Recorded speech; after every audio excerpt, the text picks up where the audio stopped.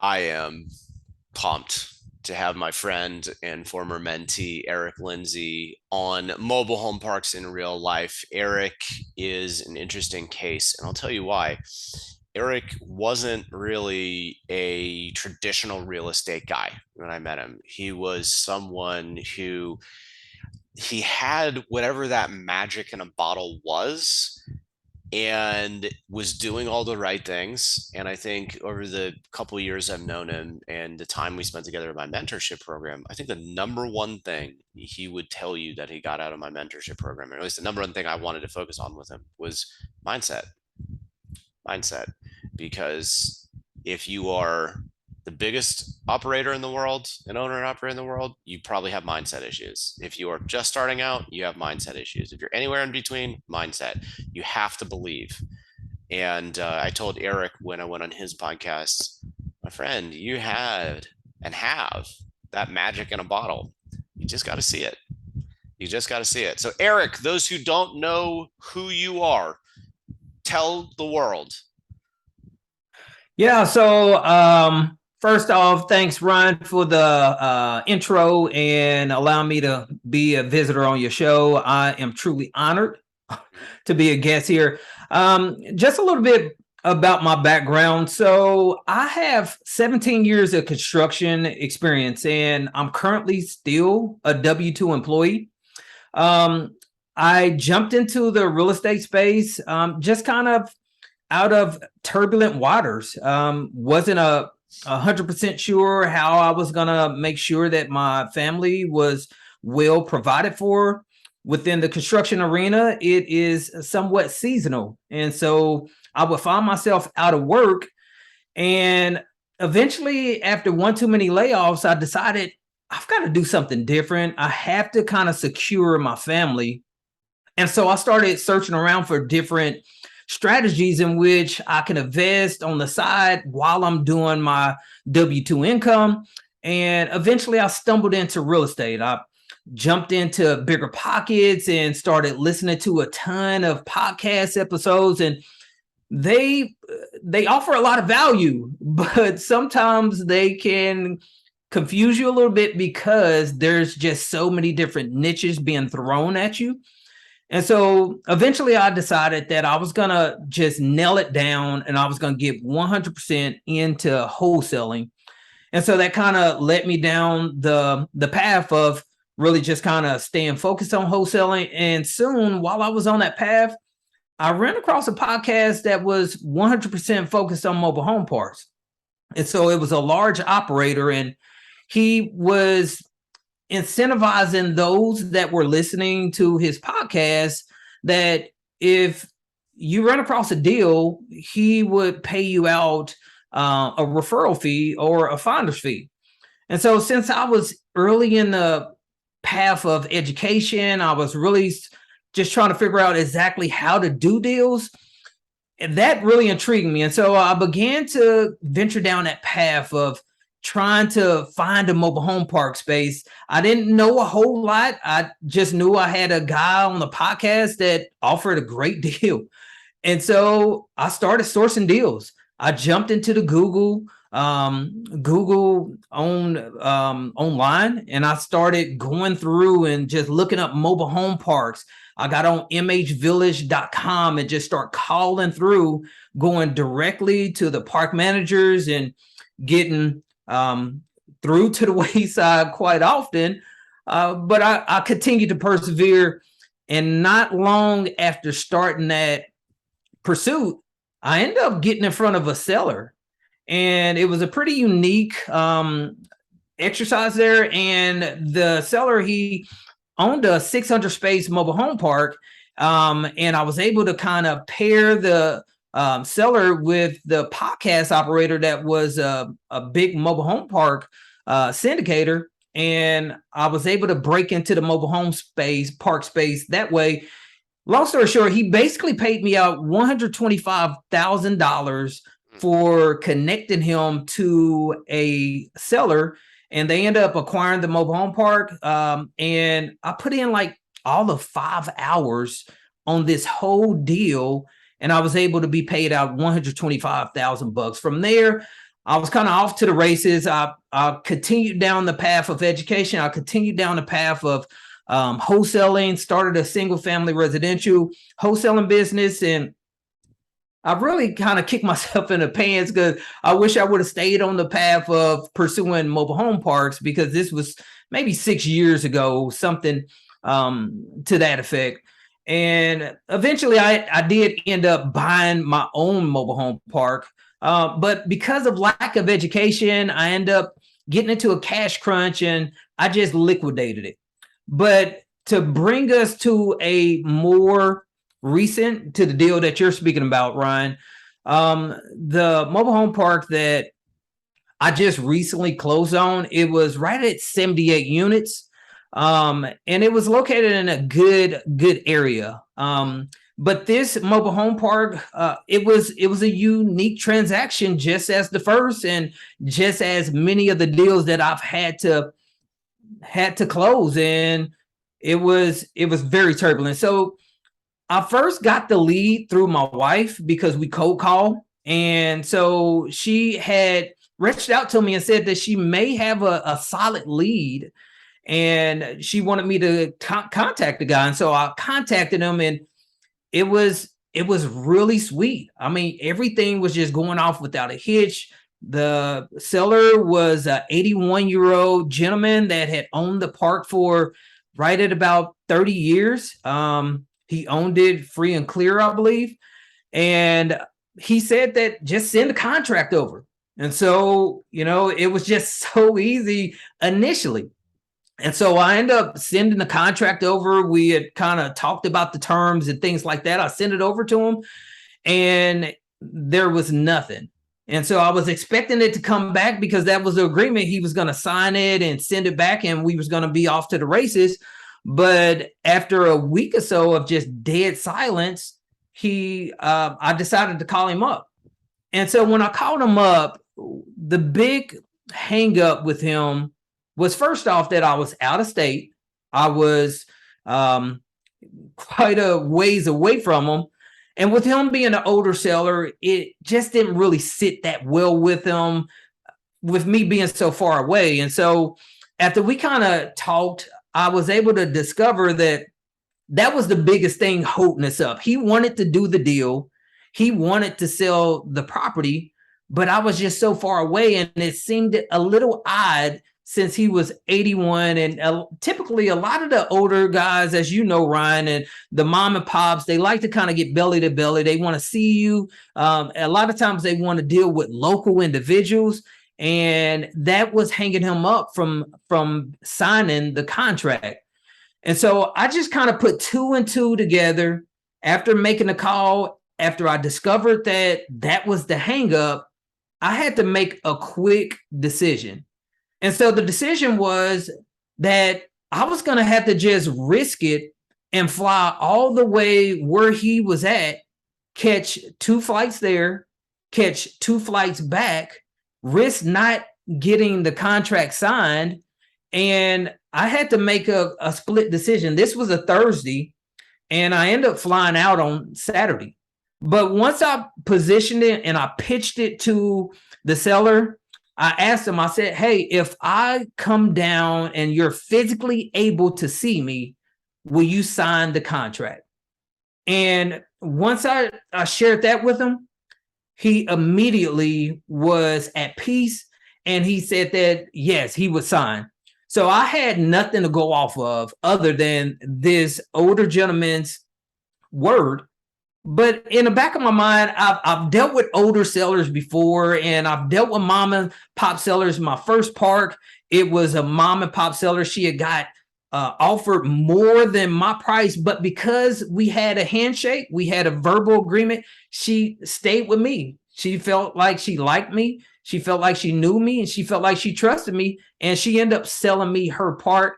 And so that stored knowledge of previous transactions that I've done, I kind of leveraged that, and I gambled. And so I caught the flights. I went to visit the park. It was as advertised. It was a nice park, 78 spaces. We got it at a really good price.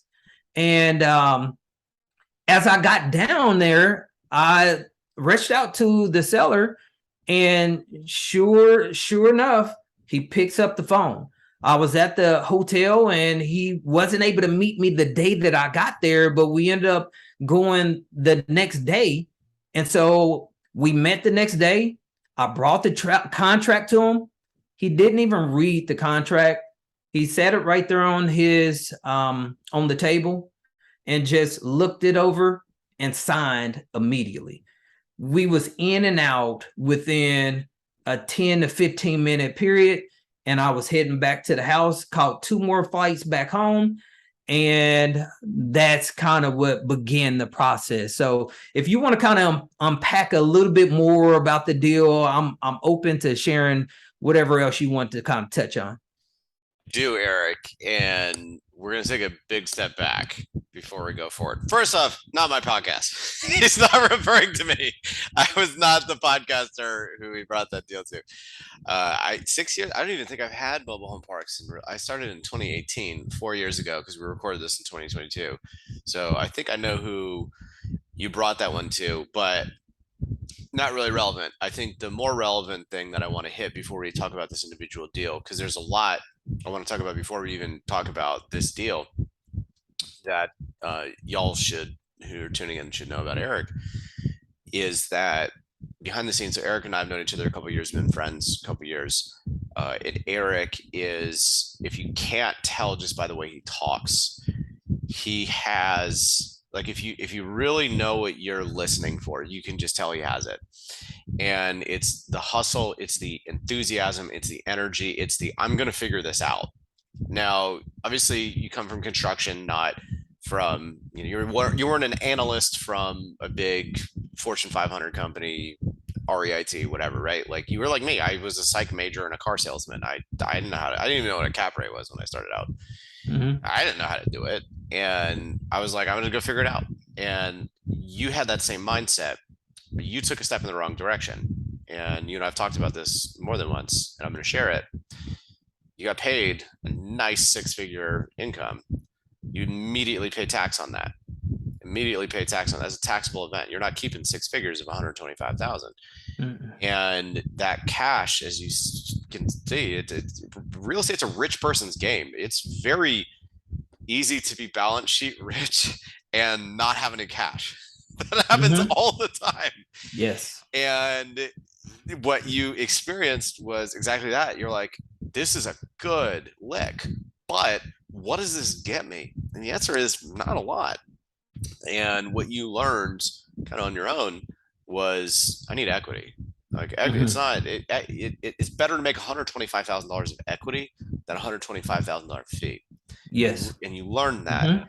And I think the thing that has impressed me so much about you, Eric, beyond just that magic that you have, is the fact that that was, 6 years ago. And it wasn't until this year where you really got back in the game in a big way. And I think that's because, like the millions of other people who would love to, have financial freedom, everybody does it wrong. Like, the overwhelming majority of people, they don't take the right steps. And like I mentioned on your podcast, I believe it's because they listen to people who don't have what they want, that they tell them, here's how you get what you want. And I think you, like me, were victim to, and again, it's not nefarious. It's not that they're lying to you or trying to deliberately mislead you most of the time. Sometimes they do, but you got advice from the wrong people over and over again. And your mindset wasn't a wealthy person's mindset, just like mine wasn't when I started out, just like most people who are listening into this. 125,000 bucks, that sounds great. And then you pay tax on it, and then it's gone. Quickly. Whereas if it's on your balance sheet, you ain't spending that. And, but you can now borrow off of that, and you can now tap into it when you need it. And, it took you years and years and years to get back to the point where you're like, man, I should have kept a sliver of that, or I should have tried to take it down on my own. And before we even get into this deal, one of my favorite, and I haven't told you this yet, one of my favorite moments of you and in my mentorship program was when we were going through this deal. Because this deal, by the way, is a mess, or was a mess to get closed for a whole bunch of reasons you're about to get in. One of my Mm-hmm. favorite moments, Eric, was I remember we had a long talk about why I think you just need to work on your mindset. That was a big breakthrough, I think, for you. But it wasn't just that one moment when we had that one conversation. It was that I saw you internalized it, because very shortly thereafter, you were like, Ryan, I got a deal. I'm not going to wholesale it. I'm going to find a way to take this down myself. Because I introduced you to a friend of mine who lives like an hour from that property and owned like three in that market, and was like, I want this. I'll pay a really fair fee. And I know for a fact you looked at that fee and you're like, Mm-hmm. sweet. And then you were Yeah. like, no way. Because I told you, I was like, you really need to find a way to do this yourself. And I gave you an out. I gave you an easy path. Like, here's a friend of mine. He owns mobile home parks. He owns mobile home parks in this city. He really wants the deal. He will pay you a fair fee. This is easy, quick, easy money. And you said no. And that was my favorite moment. I haven't told you about that yet. That was my favorite moment of our friendship, and you in this mentors in my mentorship program, because you took what I taught you and you did it, and you did it. And I even like feel a little bit guilty about giving you an easy way out, and you didn't take it. Oh my gosh. Like that is what makes me so proud to have you in my network of friends and fellow mobile home park owners, Eric. So I want to pay you that compliment. But I want folks listening in, before we even get into the nitty gritty of this, to know that there is a lot of behind the scenes stuff that Eric had to go through before he even got in touch with this mobile home park owner. And he, in effect, was a mobile home park owner for having wholesaled that one deal many years ago, and just went down the wrong path over and over and over again. But he didn't quit, and he didn't stop. And eventually he started surrounding himself with folks that were on the right path or already had what he wanted. And I just really want to highlight that before we get in, because what we're about to talk about next is how hard this deal was for a lot of reasons. Um, and I just really want everyone listening in to just know, like, Eric is a really special guy, yes, but you can be too. Because like Eric, you're probably also going through mindset issues. And when I started in 2015, everybody was saying the same things people are saying now. Oh, it's a frothy market. There's everyone's desperate for yield. Deals are so hard to find. They're overpriced. Everyone wants $1 billion. They're probably yada yada. It In the 7+ years I've been in this space, it has been really, really, really effing hard to buy anything unless you're willing to pay an insane amount of money. And what Eric did is exactly what you need to do. So let's break this down now that I've had a chance to kind of set the stage for who Eric is and what you should be listening for as you hear him talk. Eric, you cold called, you joined my mentorship program, you network like a fiend, like so many different folks.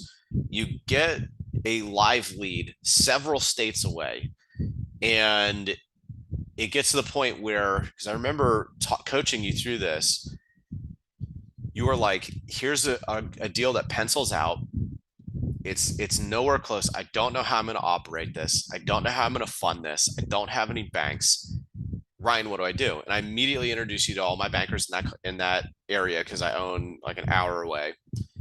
I introduced you to another friend of mine who owns in that space. Like, here's an out if you can't do this yourself, but obviously you did it yourself. So first off, you could call me to help you, but more importantly than that is you realized, without anybody telling you, this individual has trust issues. He needs someone face to face. And I'm in Missouri and he's in wherever. I need to hop on a plane. I have a job and a wife and a life and a Yeah. W-2 job. I'm going to take PTO. Eric, you spent money on a hotel, on an airline ticket, on probably Ubers, definitely food if you didn't rent a car. Like, just talk before we really even get into this. Just talk about the expenditures that you had before you even knew if you're going to put this thing under contract. But what more importantly, like, how did you intuitively know I got to get in front of this person? And then on top of that, you freaking showed up with a contract, dude, and he signed it. Eric, Hmm. what's going through your mind, and how much risk did you take on? Like, how much did you spend? How much risk did you take on? How painful was that for you? Tell me everything. What was going through your Yeah. mind? How did it feel? So that's great. Yeah. So Ryan, you're right there, buddy. It was stressful. Just kind of thinking this through, not knowing if I'm gonna really secure this contract. He didn't trust me, and I was cautious about him. But just kind of looking back at previous transactions from my wholesaling background, so it reminds me of a transaction I did with another older owner within the wholesaling arena. This gentleman, he asked me to give him 5,000 bucks in his hand, not to the title company. And there was a lot of guys passing on the deal because no one wanted to give him 5,000 bucks in his hand. And that's basically what he was asking me to do, is just trust me. I risked it. I gave him $5,000 in his hand, and it worked out.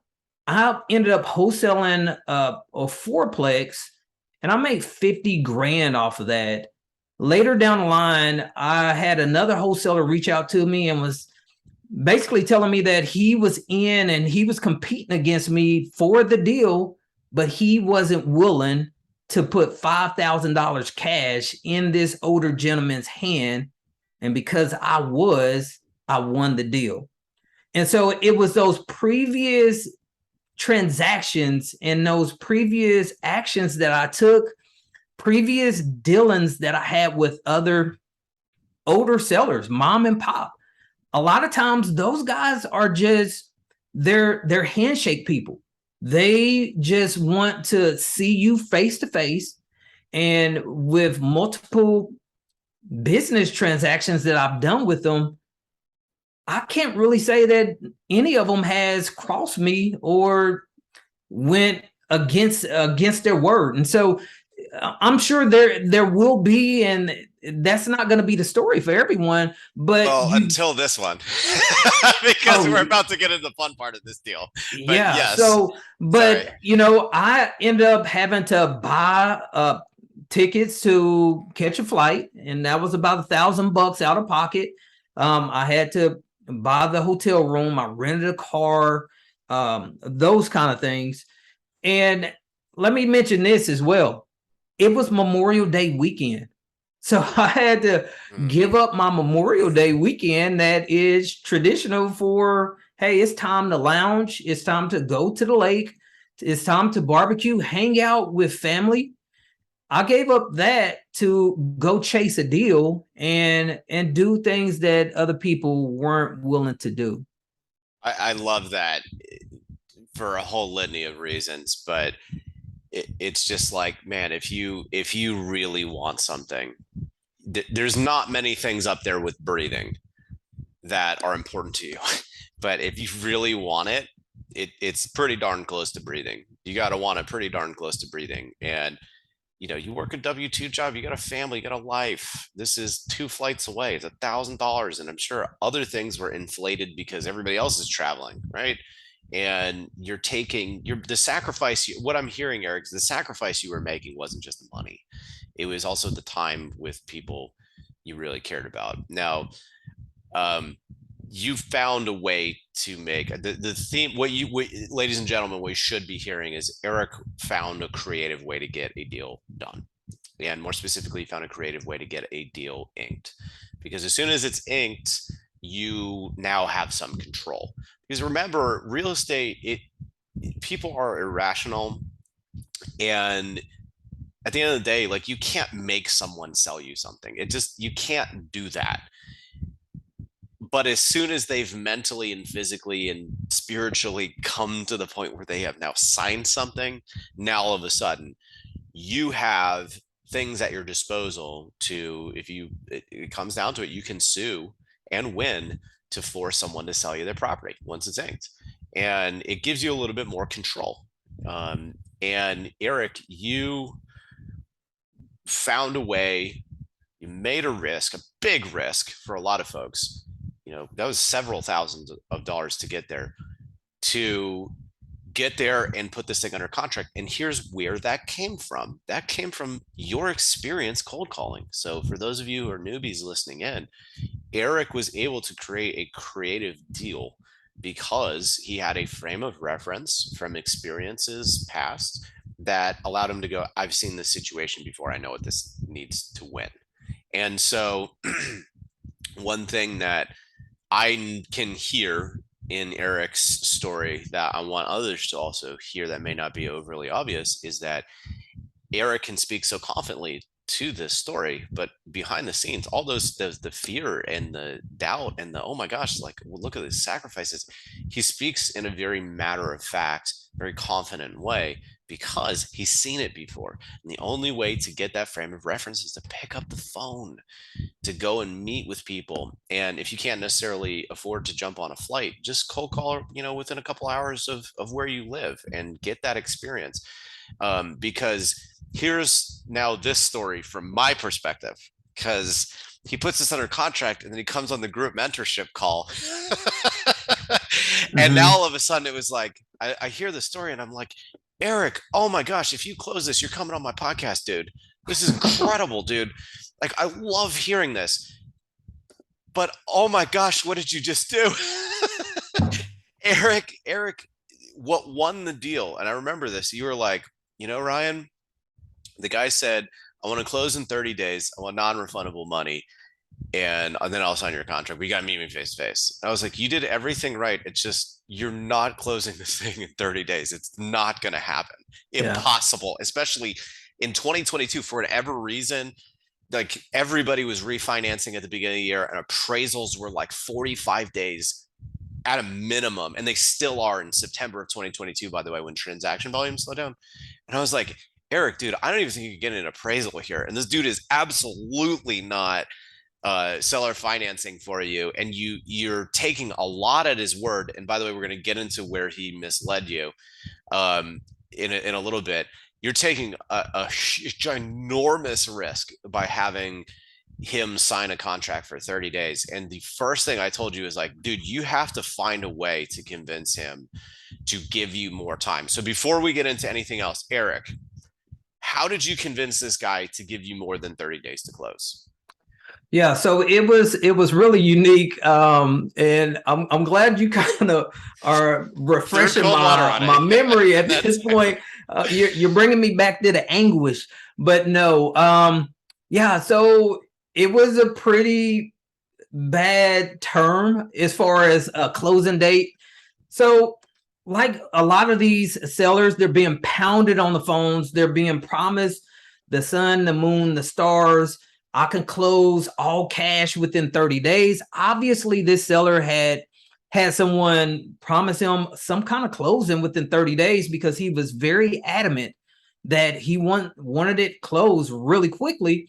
I was able to negotiate potentially 45 days there. But even at 45 days, it was going to be a major issue to get that closed. And so I got him signed up and came back, sent it off to the title company. And the more I spoke with Ryan about this situation, the more I realized that, yeah, I'm going to definitely need more time to be able to get this done.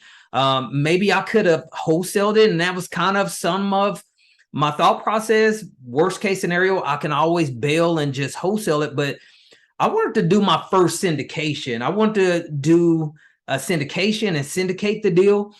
And so I went deeper. And so I began to reach out to the seller and let them know that it was just completely unrealistic. I somewhat planted that seed in the beginning.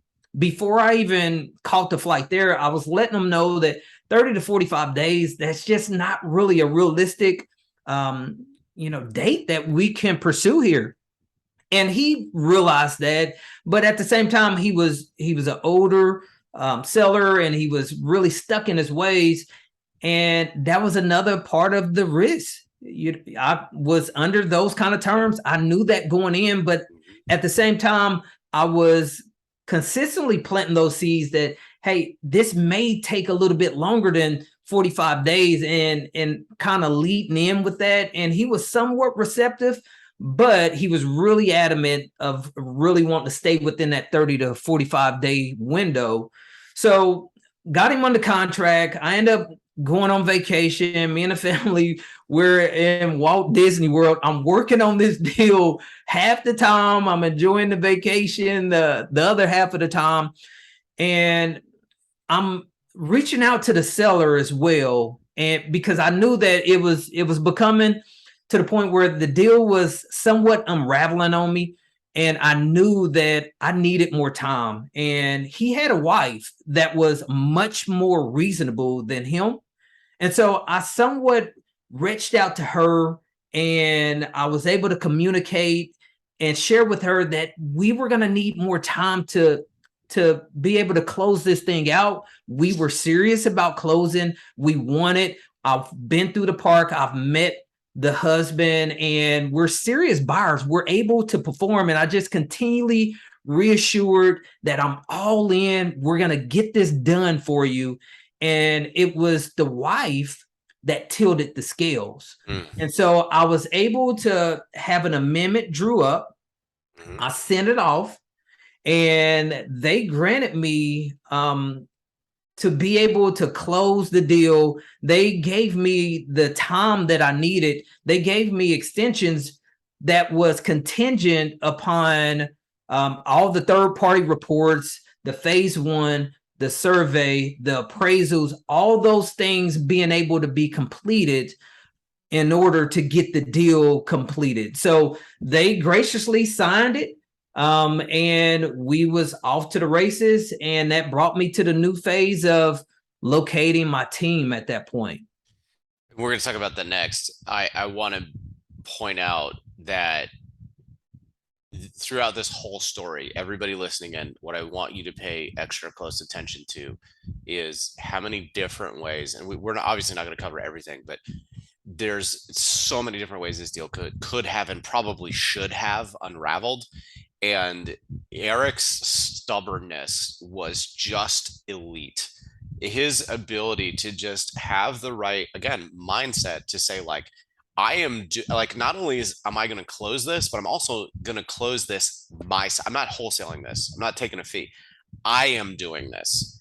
And what I really want y'all to hear as you're listening to this is just the various twists and turns that this took, and the just absolute assiduous nature that just stubbornness in just a beautiful way that Eric had to get through this. Because I remember him telling me about this deal, and I was like, yes, oh my gosh, you got it under contract. Eric, this is incredible. And then he's like, I have 30 days to close. And I was like, no, what did you do? No. Oh my gosh. Okay. How are we going to fix it? Okay. So first off, super proud of you. You got it under contract. You wowed this seller like no one else had. But oh no, we have 30 days to close this. And you just, again, it wasn't just finding extensions. There are several other things that should have and could have torpedoed this deal and didn't. But you wowed this seller.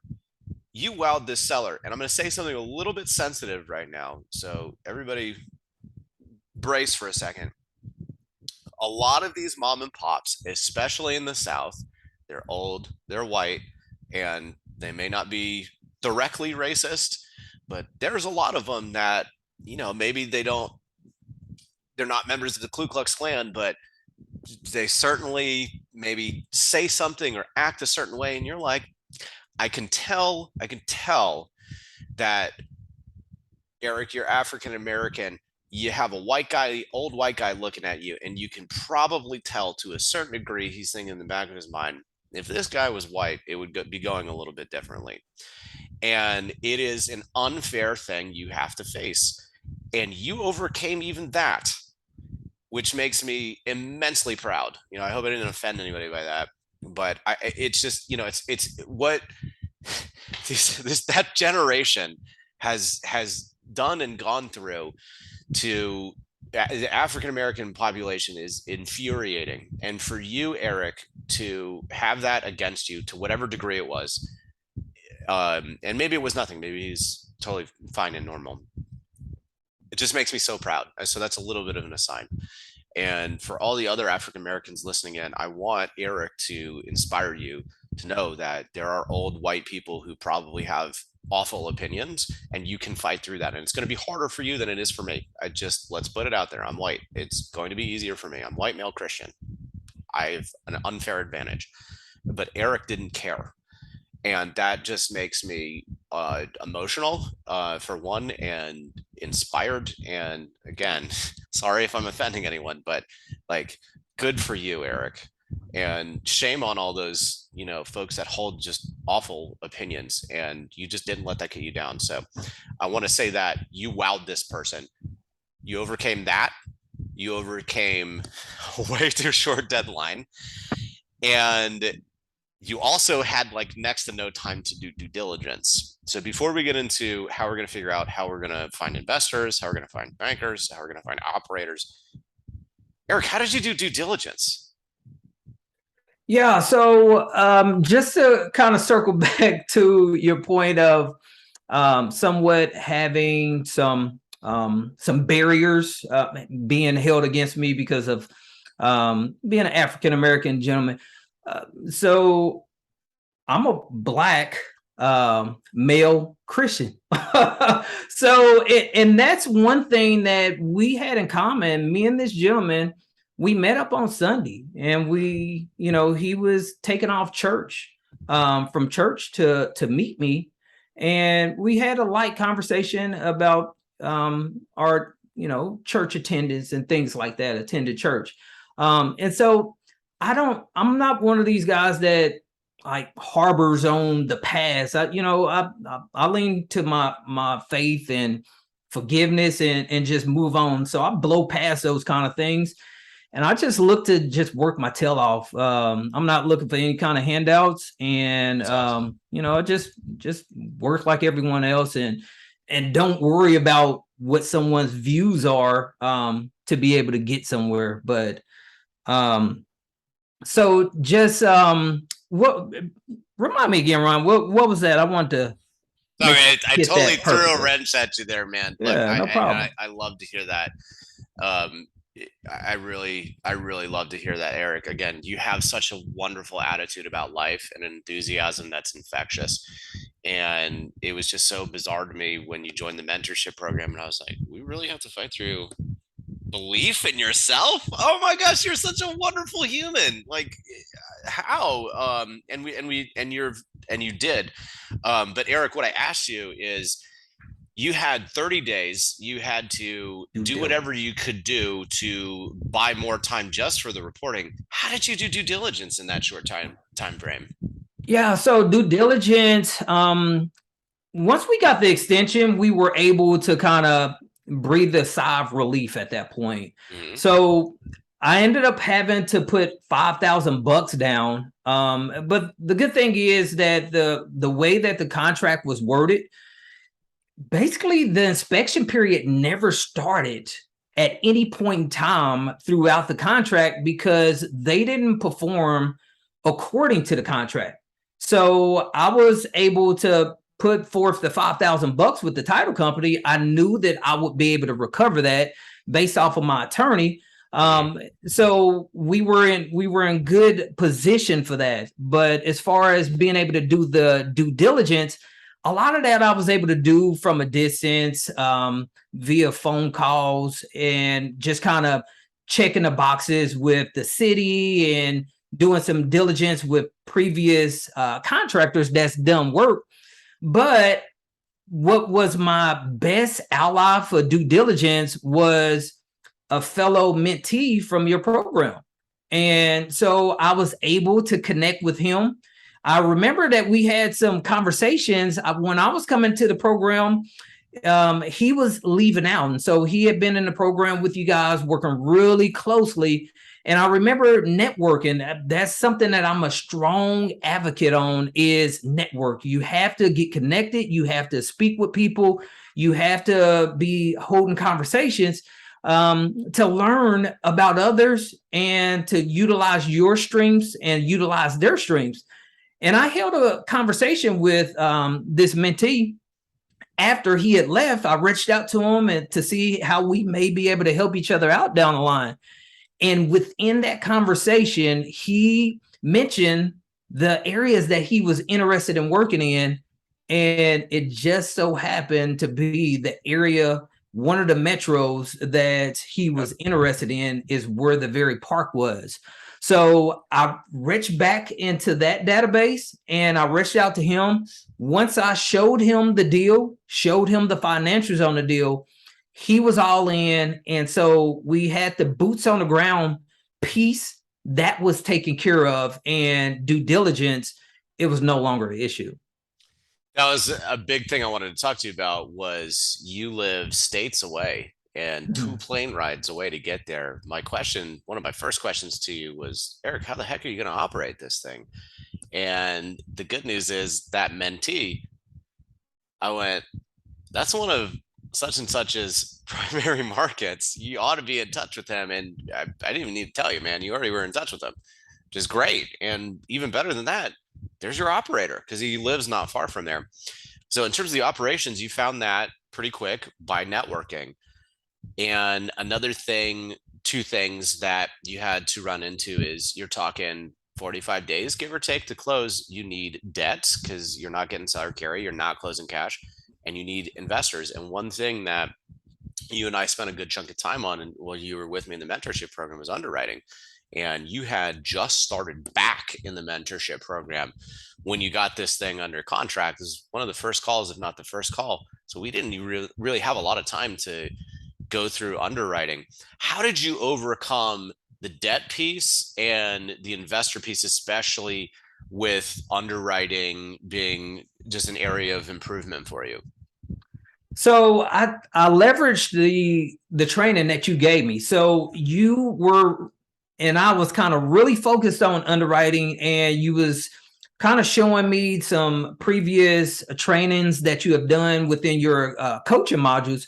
And I was just pounding through that. I was working super hard, trying my best to comprehend exactly how to underwrite the deal. And I believe me and you even kind of sourced it just a little bit and just went through some underwriting there. But yeah, I mean, I was able to reach out to some debt partners. You had referred me to a couple of lenders, and one was a really solid person. But we ended up connecting with a mortgage broker, and he connected us with the local community bank, and we was able to gain some debt that way and get financing that way. And as far as investors, I'm a part of a pretty robust network of investors. So when I sold the park that I bought prior to getting back into the mentorship the second time there with you guys, I knew that I wanted to be in multifamily. And so I invested into another mastermind.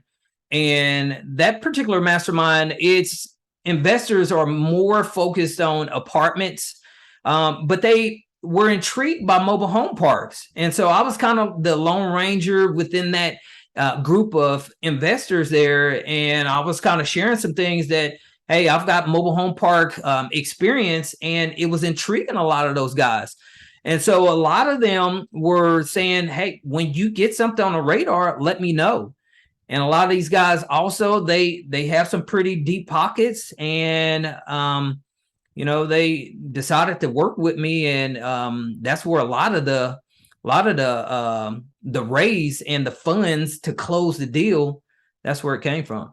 Yeah, I remember I was on the way home from the airport, and our weekly call was one of your investors, and we just did a three-way call, and he asked me some real good, real tough questions. And I remember introducing you to, because I own, like I said, about an hour from there. I have 5 properties, about an hour and change from there. And so I introduced you to all my bankers, and you didn't even need it, man. You found your own, and you have your own network of investors. I happily helped a little bit. And I remember, man, on Sunday afternoons going through pro formas you were sending me and showing you where you were right, wrong, where you needed to think, where you needed to practice. And by the end, you were sending me pro formas where I didn't really have a whole lot of feedback for you. So I remember seeing improvement, but it all comes down to one word, man: networking. Mm-hmm. Debt, networking. Investors, networking. Operations, networking. It's all networking. Yeah. It was all networking. And again, like, the thing that makes Eric so special, if you can't hear it, if you haven't already heard it, Eric just has just some type of relentless energy about him where ridiculous things are thrown his way. Because, by the way, try telling a banker, hey, here's a guy who's several states over. I'm not going to be a part of the deal. You know how, Mr. Banker, you and I have done a bunch of deals. I'm not going to be a part of the deal. He's a friend of mine. I trust him. This is a pretty good deal. Why don't you have a look at it? And that was my conversation with a couple of bankers I introduced you to. That was a stressful thing, trying to get the appraisals and phase ones and things going and quick because you have a tight timeline to close. That was stressful. Getting people who in your network, like you said, were mostly apartment folks on board with the idea of a mobile home park, that was tough. Oh, and by the way, you also had another deal under contract at that time that you ended up not doing, and I'm glad you didn't. Yeah. Um, so that also had its own challenges that you and I were fighting through, as best I could help you do. And so you were fighting a battle on multiple fronts: debt, equity, just seller relations, if you will, keeping them happy. Not even to mention due diligence, because the one thing that I want to talk about that was, I remember talking about, Eric, this might be a deal killer, which is the fact that we didn't know if we really had zoning, because there were 78 lots, but there's a bunch of them that were RVs. And of course, the seller was, oh, hey, yeah, whatever, the accounts they're paying, they're this, oh, just trust me, close quick, 30 days, da, da, da, da. And I was like, Eric, Mm-hmm. I've done this before, man. Somebody wants to close quick, somebody wants all cash or quick close. Oh, yeah, trust me, things are looking good. Like, hey, he might be a great, swell guy. You might go to church with him. He might be a true bona fide Christian. I know plenty of Christians that are Christians. And Mm-hmm. let me just tell you, this is one where you need to be extra careful in the due diligence. Why don't you talk for a minute about what was kind of the issue with zoning and how you resolved it? Yeah, so zoning turned out to be a nightmare for us. So we ended up pushing off closing because of zoning. Um, I mean, we didn't have to push it out too far, but we just needed some clarification because, of course, traditional mom and pop, they are not concerned about those kind of things. But with us syndicating the deal, we was going to have to pass that deal off eventually. And we needed to be able to assure that new buyer that they were getting a solid property, that RVs were zoned, that everything was good to go with the city. And so we end up having to just pound the city. And thank God we had someone that was local, because we were trying to do it from a distance and we was getting stonewalled. We had a great attorney that was really working with us and was pounding the table, really trying to go to bat for us. But city, the planning and zoning, they just was very unresponsive.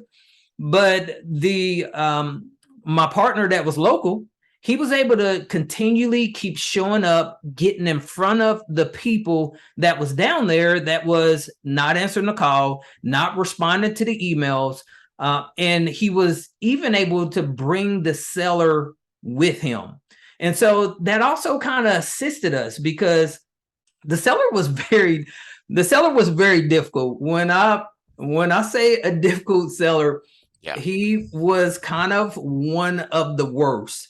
So the deal, We haven't even talked about that. I oh remember yeah, how so tough he was. it's amazing. I'm shocked you Uh, even got him to sign the amendment to extend closing. Like going through his wife was brilliant. Yeah, I remember you just telling me. I'm like, man, I know that type. oh, That he was alone was amazing. tough. Yeah. This guy, I basically, uh, I hate to say that this isn't gonna make me sound the best, but I basically had to beg to keep the deal from falling apart. I had to jog his memory, and I was somewhat questioning if he had some like early stages of dementia.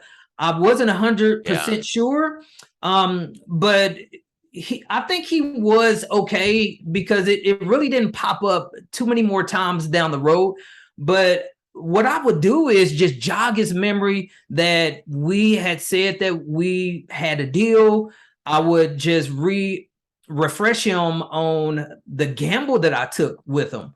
I reminded him, hey, I've been honoring everything that I said, and I would just pound that. Mm. Everything you've asked me to do, I've actually done that. You told me to jump on a plane, and I just went step by step, walking them through the process. And it really won him over. He was ready to pull the plug on the deal because I introduced him to my partner, and it was a shock. Once he saw another person enter into the transaction that he originally wanted 30 days to be closed, it was almost too much for him to take.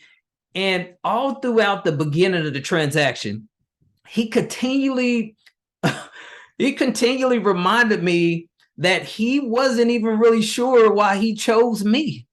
And that's not so much, Oh I'm not man. I'm not looking at it from like a racial perspective or anything like that. His whole thought process was from the jump. He was telling me this. I get postcards all the time. I get pounded on the phone all the time. I'm not 100% sure why I chose you. And I think what your listeners could take away with this is just be consistent. It's not, about being super special. It's not your script that's going to get you the deal. It's more or less hitting someone at the right time because he couldn't put his finger on why he chose me. But one thing that I can share is that earlier in that week leading up to me calling him, he said that he had an accident. He said he had failed. And when I got there in town, I mean, he was scarred up, band-aids on him. And he was saying that, hey, it's time for him to just kind of walk away from the deal. He's 81. He want to enjoy life. He was liquidating some properties. So the moral of the story, be consistent. That's the greatest thing that I've learned with off market deals and trying to get direct to seller. It's just being consistent. Yeah. Pound the phones, send the mail, stay consistent because you never know when you're going to touch someone at the right time. Eric, and I said that on your podcast a little earlier. I think what makes me special and what allowed me to buy 68 properties, almost 4,000 units, is the fact that I just show up again and again and again. I'm not that good looking or smart or hardworking or charismatic. I'm just not. I just show up every darn day. And Mm-hmm. I do what I know you have to do to be successful. And it's nothing sexy. It just isn't. It just isn't. And what I really hope to, I want to wind this down.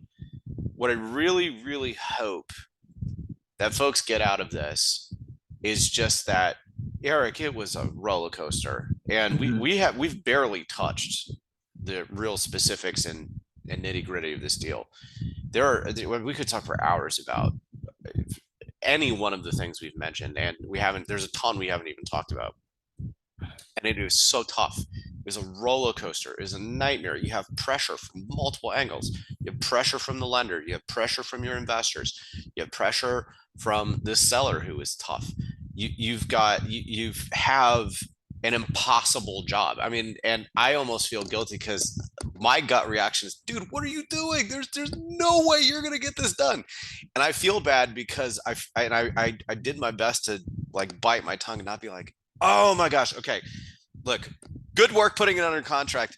Let's figure out how to get this done. And you just took it like a champ, like an absolute champ, because Eric, throughout all these things that were stacked against you, you found a way to close. You found a way to pull this off, and you found a way to keep it yourself, not wholesale it. Again, I gave you an easy out, and you didn't take it. You went and you did it. And that to me is the exciting part about this story. And now I'm going to take this full circle. I'm going to take this full circle because I'm going to say that's just chapter one. Now you've closed it and you're going to own it for X number of years. And there's going to be another million different ridiculous things that are going to feel impossible and be a nightmare and a roller coaster and this and the other thing. Because now you own it. Now you've manufactured and produced a deal and closed it. And now you got to run the thing.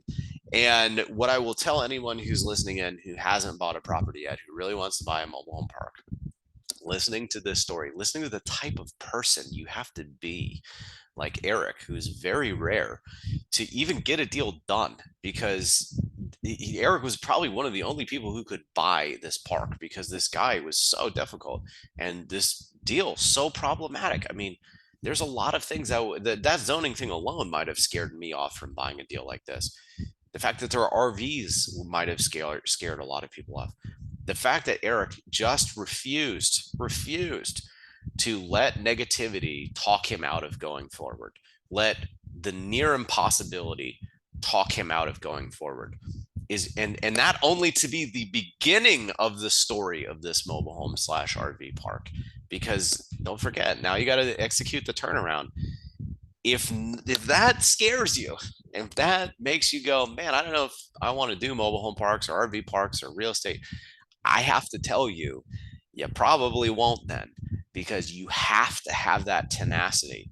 You have to be that consistent and methodical and even keeled emotionally. Like, one thing that I don't know if you're hearing from Eric is he has a positive, upbeat attitude in general. When bad things happen, he kind of goes about it very nonchalantly. You have to have that kind of astronaut mentality. And Eric's got that in droves, and that's what you need. You don't need to be an expert pro forma writer or expert salesperson or expert this, that, and the other thing. You just need to be consistent. You need to have that positive attitude that Eric has. And then you just need to be ready for the long haul, because it's never going to end. It never gets easy owning these properties. And I really wanted to, Eric, have you on here to tell that story, to really explain to folks the sacrifice and the years you've spent at this, and the just everything that went into this deal to go off market. Because the other option, by the way, is to just pay whatever anybody wants and overpay like crazy. And even if you do that, because by the way, I've outbid people to buy fully marketed deals, even when you do that, it's tough. So, Eric, I want to really thank you for coming on and giving a really, really honest and, to a certain degree, very emotional story about how you got this done. A very humble story, too, about how you got this done, the mistakes you made, your willingness to put yourself out there. Again, is a testament to who you are as a person. And I told you this, man, like, I don't care if you're coming from construction for 17 years, or if you're straight out of Harvard MBA and you know how to do pro formas in your sleep and you got tons and oodles of experience. Like, I don't care. Like, I don't care who I want to surround myself with, and who I will bet heavily on is someone like you. Because you're just, dude, you're not going to let anything get you down.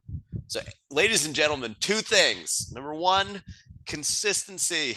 And number two, find a way to be like Eric. His attitude is amazing.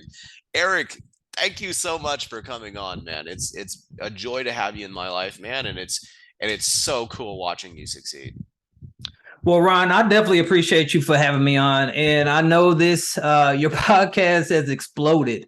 So just to be in this kind of company and definitely to be in your company is I mean, it's just awesome. And so one thing I can close with, and what was the biggest, most pivotal piece to this deal was when you just basically told me, hey, it's all about mindset. I was locked in on underwriting and trying to master this. And you basically just stepped away and said, hey, you've got it. It's all within your mindset. And so, yeah, I definitely appreciate that, Ron. And yeah, I really value our relationship. Eric, I just, man, I couldn't believe it when I couldn't get you off that for weeks. Like, oh, I just, I feel like I'm not underwriting strong enough, and da da da da da. And I'm like, Eric, man, you have that swag, you've got it. Just need to apply it here too. And dude, when you had it, it was like, get out of your way, man. So yeah, I could go on and on about how proud I am of what you did there and everything, but I would rather have folks discover that themselves by meeting you. So, Eric, how can people find you? Yeah, so I've got a website that I like to send people to. So I syndicate apartments and mobile home parks. And the website that people can reach out to me on is moonlightcre.com. So just as moonlightcre.com. And I'd love to connect with you guys if you want to work together on some syndications on the apartment side or mobile home parks. Eric, I will drop that website in the show notes. So, anyone listening in, Eric can be found there. Worth reaching out to. The guy's an absolute inspiration. Everybody, thanks for tuning in. And Eric, can't thank you enough for coming on, man. No problem. Rock and roll.